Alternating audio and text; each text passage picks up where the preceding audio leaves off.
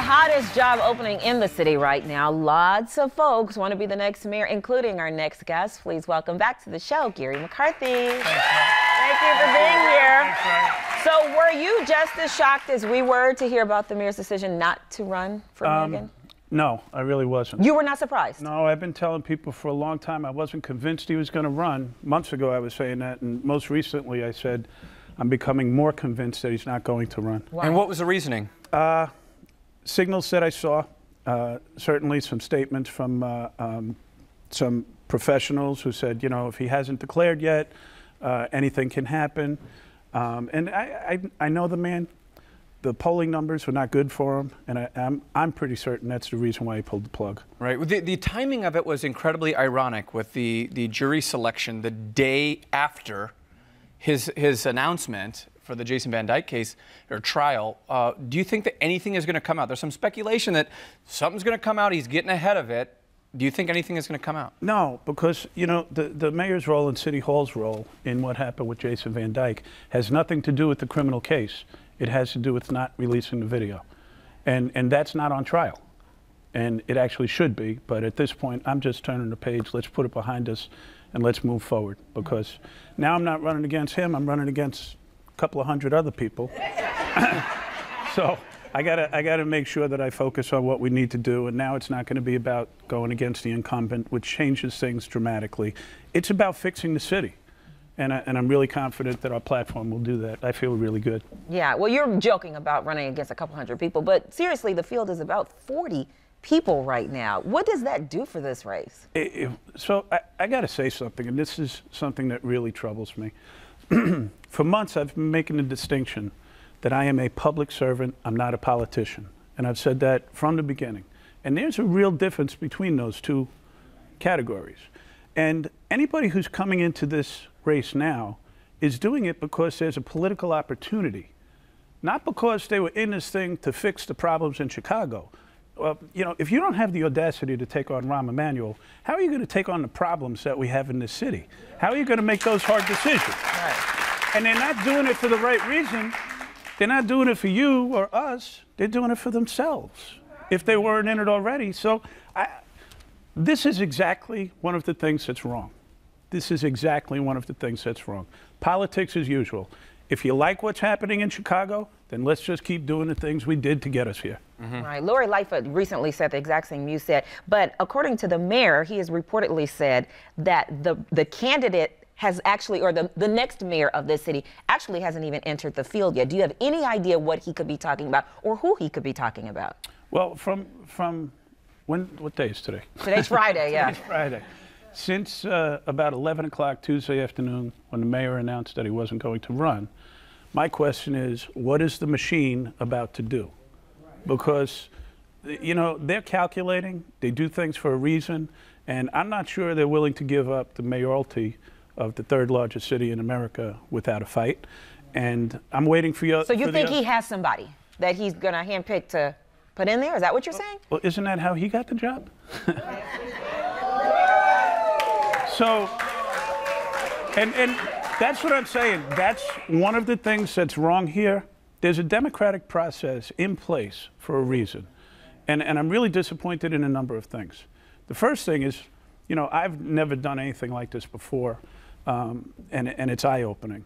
The American democratic electoral process should not just be about who has more money. It should be about who's more qualified, who has better policies, who has leadership skills that is going to get this city in the place where it's supposed to be, the place where it used to be. Right. Well, that's a problem in politics worldwide, right? And at least in our country. We got to talk about, you know, the headlines that get garnered of Chicago. We know what it is. We know the crime. We know the violence. We know the murder rate. The biggest thing, why can't we get a hold of this, and what can you do that is going to change that? We could do what we were doing. That we stopped doing. You know, Ryan, if you compare the murder rate from 2013, 14, and 15, when I was the superintendent, to 2016, 17, and 18, there's about 456 more murders in the last 3 years. Wow. There's a process that we developed that's being used across the country that's tried and true to reduce crime. As a matter of fact, the guy who came and ran crime strategy for me, a guy named Bob Tracy, left after I got fired. He went to Wilmington, Delaware, and using that process, he's got a 50% reduction in his shootings in 2 short years. It works. We just refuse to do it because of the politics of the city of Chicago. We've got to use business management for city government. We've got to use performance-based government, not the politics as usual. We are back with Garry McCarthy, and let's start with obviously some good news for you this week. We Ask America poll, 1,100 people polled. You're leading right now with 16.8%, followed by Willie Wilson and Paul Vallas. This has to be great news for you and your camp. Yeah, and it's not the first poll. Before this, there were 5 other polls that put me solidly in second place to Rahm Emmanuel. So now that he's out, I think that puts me in first place. So this is really telling a story, and I'm very pleased with it. You know, it's people ask me, you know, you're having a good week, and I'm like, yeah, let's just keep going. Yeah, you've dedicated your entire career to law enforcement. You say that you're not a politician. Why do you want this job and the headache that comes with it? My public service DNA does not allow me to stand on the sidelines when I could do something that's going to make a difference. And this is a once-in-a-lifetime opportunity to do an incredibly special thing. You know, I was fortunate that I was in New York when we turned New York around. You know, New York in 1990 had 2,245 people murdered. Last year they had 290. In a city 3 times the size of Chicago, we had 770. And that's just not okay. This is about life and death. And, you know, you only pass this way once. You might as well make the most of it. And this is an opportunity of a lifetime, and I just can't resist to have an impact on people. I spent my entire life trying to stop people from dying. And this is no different.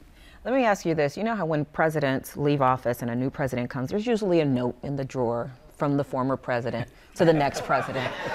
If you win this race and Rahm Emmanuel leaves you a note of advice going forward, what will you do? Will you read it? Will you take it? Well, what I'm going to do is sneak into City Hall and put a note in there before he opens the drawer.